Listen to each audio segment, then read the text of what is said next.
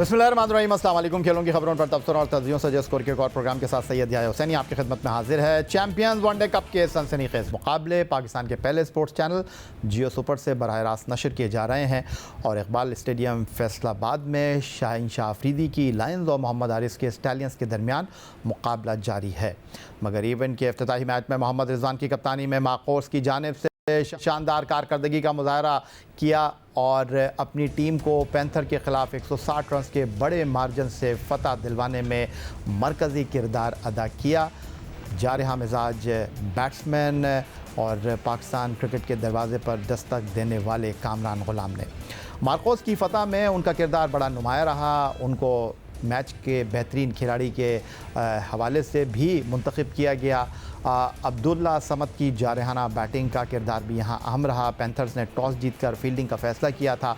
Markhor का आगाज़ इब्तिदा में सुस्त था। ओपनर पवेलियन लौटे तो फिर कामरान ग़ुलाम और कप्तान wicket keeper batter Mohammad Rizwan की जोड़ी ने 133 रन की शराकत की साथ अपनी टीम के स्कोर को मुस्तहकम मजमुआ तश्कील देने में अहम किरदार अदा किया।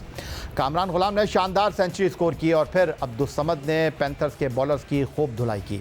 अब्दुल समद ने सिर्फ 25 गेंदों पर 62 रन की इनिंग 4 चौकों और 6 छक्कों की मदद से खेली और माकोर्स ने 6 विकेट पर 347 रन बनाए। पैंथर की टीम 348 रन के हदफ के ताक़ुब में बेबस दिखाई दी और उनकी पूरी टीम महज 187 रन पर ढेर हो गई। नसीम शाह और आकिफ जावेद ने 3-3 विकेटें हासिल करके अपनी टीम की कामयाबी में अहम किरदार अदा किया। चैंपियंस वनडे कप 2024 के पहले मुकाबले में विकेट कीपर बैटर कप्तान मोहम्मद रिजवान की क़यादत में खेलने वाली माकोर की फ़तह में सबसे मरकज़ी किरदार टॉप ऑर्डर बैट्समैन कामरान ग़ुलाम का रहा। कामरान ग़ुलाम ने पहले चैंपियंस वनडे कप की सेंचुरी स्कोर की। कामरान ग़ुलाम ने 102 गेंदों पर 12 चौकों और 3 छक्कों के साथ शानदार 115 रन बनाए। ये लिस्ट ए क्रिकेट में उनकी 7वीं सेंचुरी है। चैंपियंस कप वनडे 2024 में कामरान ग़ुलाम ने एक बार फिर अपनी सलाहियतों का भरपूर मुजाहरा किया। सिलेक्शन कमेटी के दरवाजे पर दस्तक दी है कि वो पाकिस्तान क्रिकेट टीम में मुंतखब होने के लिए मजबूत उम्मीदवार हैं। दाएं हाथ से खेलने वाले बैटर कामरान ग़ुलाम 10 अक्टूबर 1995 को खैबर पख्तूनख्वा के डिस्ट्रिक्ट अपर दीर में पैदा हुए। वो पहली मरतबा इंटरनेशनल क्रिकेट काउंसिल के अंडर 19 क्रिकेट वर्ल्ड कप में 2014 में एक्शन में दिखाई दिए टीम पाकिस्तान का हिस्सा बनकर। लेकिन कायद-ए-आज़म ट्रॉफी 2020-21 में वो रन्स बनाने के एतबार से रिकॉर्ड साज बल्लेबाज बन गए। कामरान ग़ुलाम ने 2020-21 के सीज़न में 37 साला रिकॉर्ड तोड़ डाला और वो कायद-ए-आज़म ट्रॉफी के एक सीज़न में सबसे ज़्यादा रन बनाने वाले बैटर बने। कामरान ग़ुलाम ने कायद-ए-आज़म ट्रॉफी के 11 मुकाबलों में 5 सेंचुरियों की मदद से सबसे ज़्यादा 1249 रन बनाए। कामरान ग़ुलाम से कबल सादत अली ने 1983-84 के कायद-ए-आज़म ट्रॉफी के एक सीज़न में 1217 रन बनाए थे। इस परफॉर्मेंस के साथ पाकिस्तान क्रिकेट बोर्ड ने उन्हें जनूबी अफ्रीका और बांग्लादेश के खिलाफ टेस्ट सीरीज़ 2021 में कौमी स्क्वाड का हिस्सा तो बनाया, लेकिन मुतअद्दिद बार पाकिस्तान टेस्ट स्क्वाड में उनके नाम ज़रूर आया, लेकिन वो टेस्ट कैप के हुसूल में नाकाम रहे। न्यूजीलैंड के खिलाफ 13 जनवरी 2023 को तीसरे बैनुल-अक़वामी एक रोज़ा मैच में कामरान ग़ुलाम 12वें खिलाड़ी की हैसियत से शामिल किए गए, मगर पाकिस्तान के लिए खेलते हुए उनकी किस्मत अभी तक नहीं जागी है। पाकिस्तान क्रिकेट टीम के खिलाड़ी चैंपियंस वनडे कप 2024 के बाद अक्टूबर में इंग्लैंड के खिलाफ 3 टेस्ट मैचों की सीरीज़ खेलेंगे, लेकिन बांग्लादेश के खिलाफ टेस्ट सीरीज़ में पाकिस्तानी टीम ने जिस मायूसकुन कारकर्दगी का मुजाहरा किया, उसके बाद टीम में बहुत से खिलाड़ियों की जगह अब खतरे में पड़ती दिखाई देती है। इन खिलाड़ियों में सीनियर क्रिकेटर्स का नंबर ऊपर दिखाई दे रहा है और कामरान ग़ुलाम ने इफ्तिताही मैच में पाकिस्तान चैंपियंस कप में शानदार सेंचुरी और अब्दुल्ला समद ने जारहाना इनिंग खेलकर इवेंट में शरीक दूसरे खिलाड़ियों के लिए न सिर्फ खतरे की घंटी बजा दी है, बल्कि उनको चैलेंज भी कर दिया है। बांग्लादेश के खिलाफ सीरीज़ में wicket keeper batsman Mohammad Rizwan 294 run बनाकर टॉप स्कोरर रहे और पाकिस्तान के दूसरे कामयाब बैट्समैन सऊद शकील रहे, मगर कप्तान शान मसूद, साबिक कप्तान और top order batsman Babar Azam, Salman Ali Agha और ओपनर अब्दुल्ला शफीक की कारकर्दगी इंतहाई नाक़िस रही। अब चैंपियंस कप में शामिल बल्लेबाजों में अपनी कारकर्दगी से पाकिस्तान टीम के लिए बड़ी कारकर्दगी उनके लिए इन ख़तरात को कम कर सकती है। पाकिस्तान शाहीन्स की जानिब से उमदा कारकर्दगी का मुज़ाहरा करने वाले मोहम्मद हुरैरा और डोमेस्टिक सतह पर रन स्कोर करने वाले साहबजादा फरहान, मार्कोर्स के लिए हसीबुल्ला खान, पैंथर्स के उमर सिद्दीकी और अब्दुल्ला बंगज़ई ओपनिंग के शोबे में अच्छा परफॉर्म करके टीम में जगह हासिल कर सकते हैं। टॉप और मिडल ऑर्डर में कामरान ग़ुलाम ने अपनी सलाहियतों का भरपूर लोहा मनवाया है। अब्दुल समद ने जारहाना इनिंग खेलकर लोअर ऑर्डर में ख़ुद को साबित किया।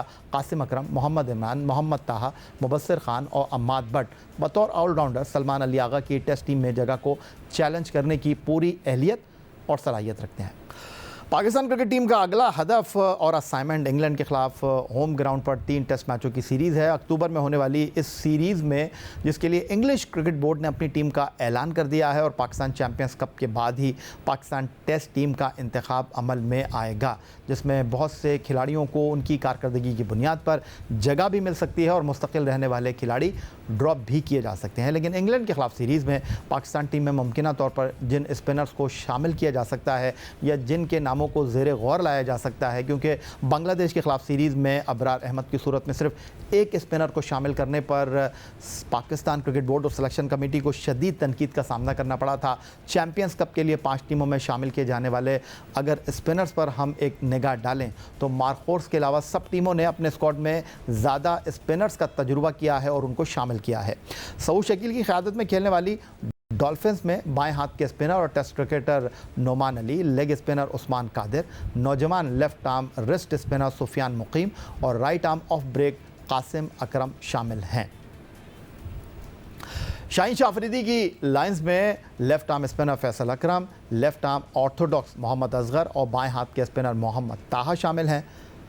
मार्क फोर्स ने स्पेशलिस्ट स्पिनर में सिर्फ लेग स्पिनर मोहम्मद जाहिद को जगह दी है, जबकि ऑलराउंडर्स के तौर पर स्पिन बॉलिंग ऑप्शन में उनके पास सलमान अली आगा और इफ्तिखार अहमद स्क्वाड का हिस्सा बने हैं।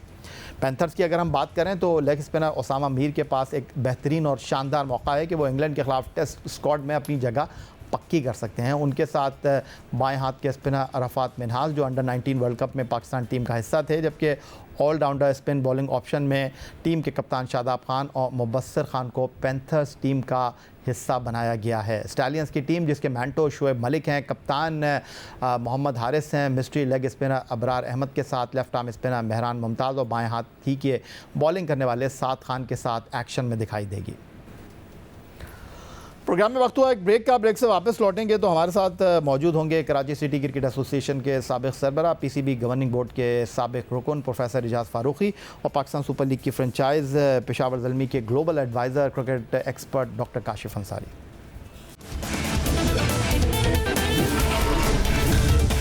इकबाल स्टेडियम फैसलाबाद, जहां चैंपियंस कप वनडे टूर्नामेंट की शुरुआत के साथ पाकिस्तान डोमेस्टिक सीज़न 2024-25 का बाकायदा आगाज़ हो गया है। और पाकिस्तान क्रिकेट के हवाले से अगर हम बात करें तो ये टूर्नामेंट नए खिलाड़ियों के लिए, पाकिस्तान क्रिकेट के बैकअप के लिए अहमियत का हामिल है।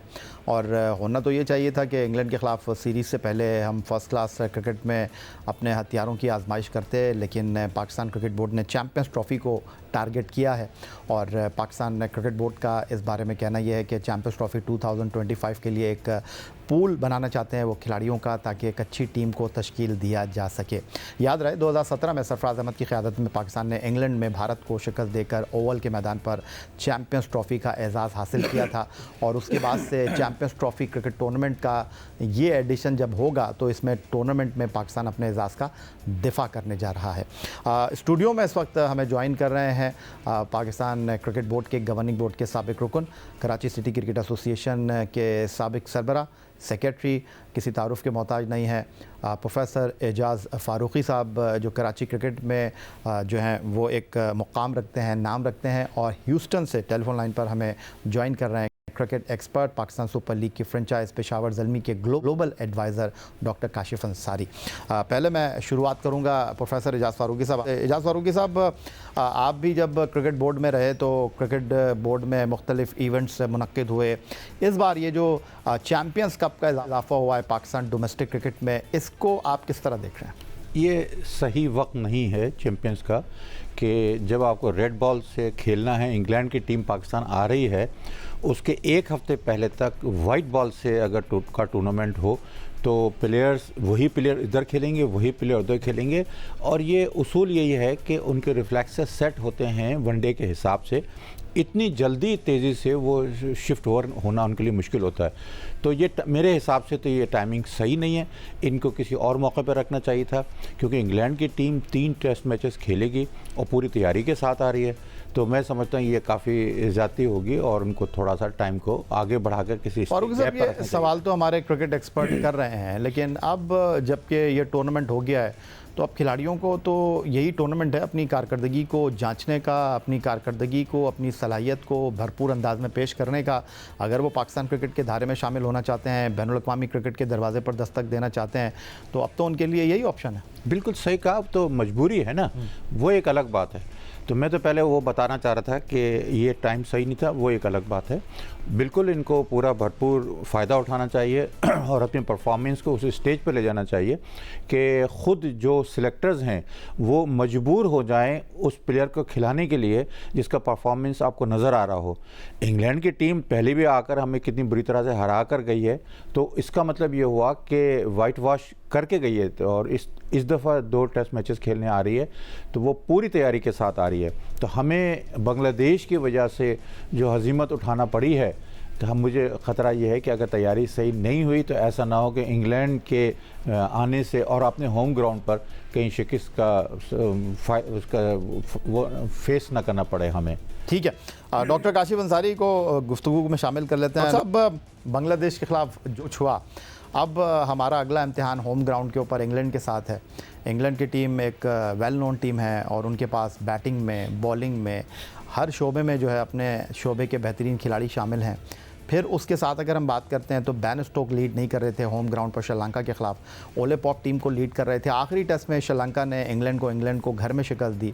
अब बैन स्टोक भी वापस आए हैं और ये जो इंग्लैंड की सीरीज़ है उससे पहले हम बात कर रहे हैं कि जी हमारे खिलाड़ियों को 4 दिन की प्रैक्टिस मिलना चाहिए थी, लेकिन अब वनडे कप हो रहा है।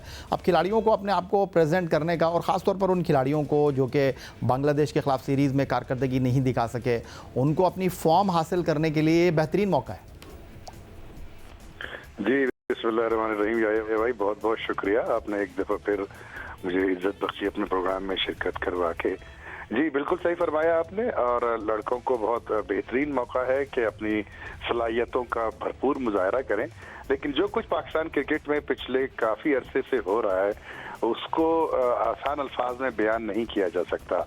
बहैसियत एक समंदर पार पाकिस्तानी, और यही गुफ्तगू मेरी आपसे ऑफ द प्रोग्राम भी हुई थी कि जिस तरह से पाकिस्तान क्रिकेट को लोगों ने फॉलो करना बंद कर दिया है, मुल्क से बाहर रहने वाले लोग जितनों से मेरी बात हुई है, और ख़ास तौर पे बांग्लादेश की जो शिकस्त थी वो ताबूत में आखिरी कील थी। ऐसा नहीं होता याया भाई, ऐसा नहीं होती, ऐसी टीमें नहीं बनती। ऐसे क्या हो गया आपके मुल्क में? किसका एहतसाब हुआ? किसने किया ये सब कुछ?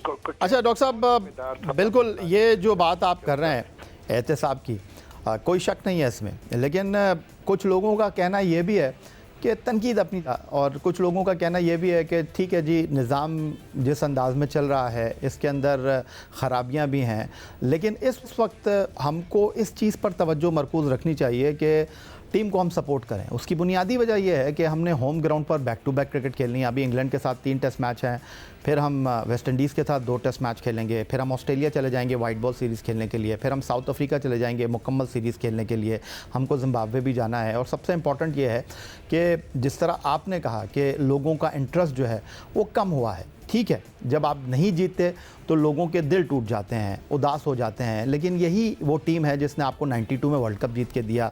यही आपकी क्रिकेट है जिसने आपके चेहरों पर खुशियां बिखेरी 2009 में। यही टीम है जिसने 2017 में आपको चैम्पियंस ट्रॉफी का इवेंट ला कर दिया। ठीक है, हार जीत हो जाती है, गलतियां हो जाती हैं, लेकिन तनकीद अपनी जगह। क्या आपको नहीं लगता कि एक बार फिर क्रिकेट को सपोर्ट करने की ज़रूरत है? आपको नहीं लगता कि जनाब अपने खिलाड़ियों को जो है वो स्पेस देने की ज़रूरत है?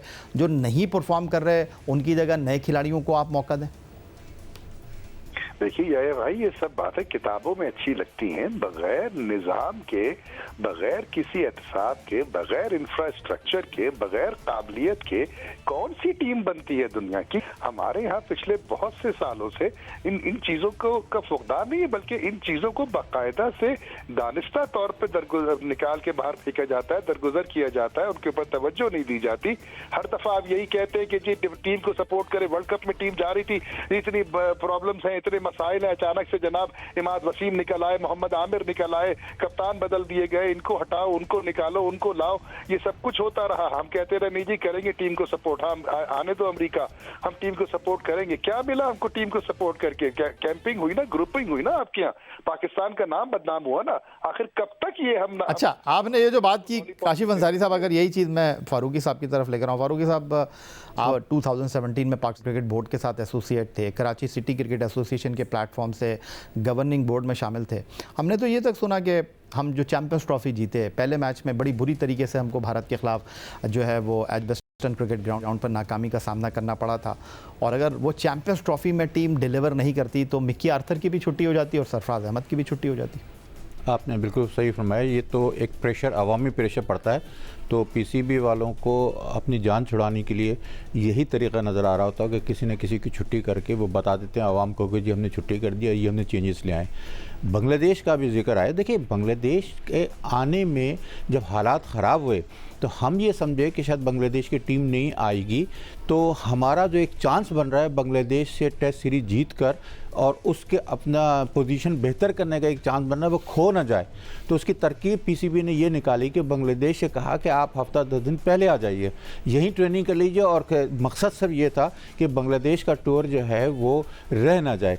जब यहाँ आए, खेले, तो कहानी बिल्कुल उल्टी हो गई और हम बजाय इसके कि हम अपने बेहतरी की तरफ लेकर जाते, अपनी टीम को अपने पॉइंट्स बेहतर होते, वो नीचे आ गए पॉइंट्स।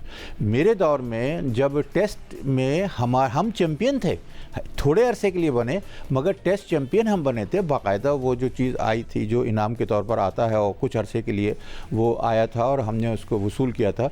तो ये ऐसा नहीं होता, टेस्ट के अंदर तो बाकायदा सीरीज़ पर सीरीज़ आपको जीतनी पड़ती है, उसके बाद आपको मौका अच्छा मिलता है। इस वक्त हम रैंकिंग में 8वें नंबर पर हैं। ये तो कभी आज तक हमारी तारीख में हुआ ही नहीं। हम लोग हमेशा अपने फास्ट बॉलर्स पर तकिया करते रहे हैं और इस वक्त तो हालात बहुत ख़राब हैं इस वक्त।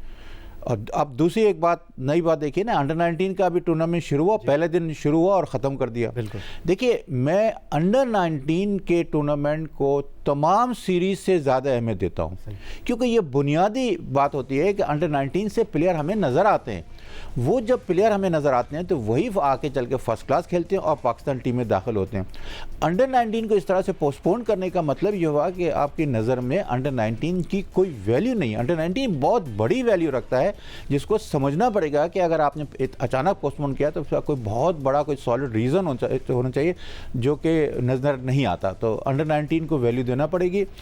आगे के लिए चलकर अंडर 19 को ये हमेशा ये बनाना चाहिए कि हमारी बैकबोन है, वहीं से प्लेयर ऊपर आते हैं, वहीं से प्लेयर वनडे की तरफ जाते हैं और फिर उसके फर्स्ट क्लास में जाते हैं और फिर उसके बाद वही प्लेयर जो है वो हमें अपने टीमों में खेलते हुए नज़र आते हैं।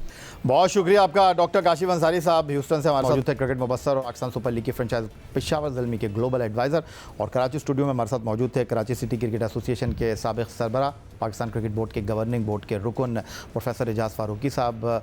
यही आज का हमारा ये प्रोग्राम था।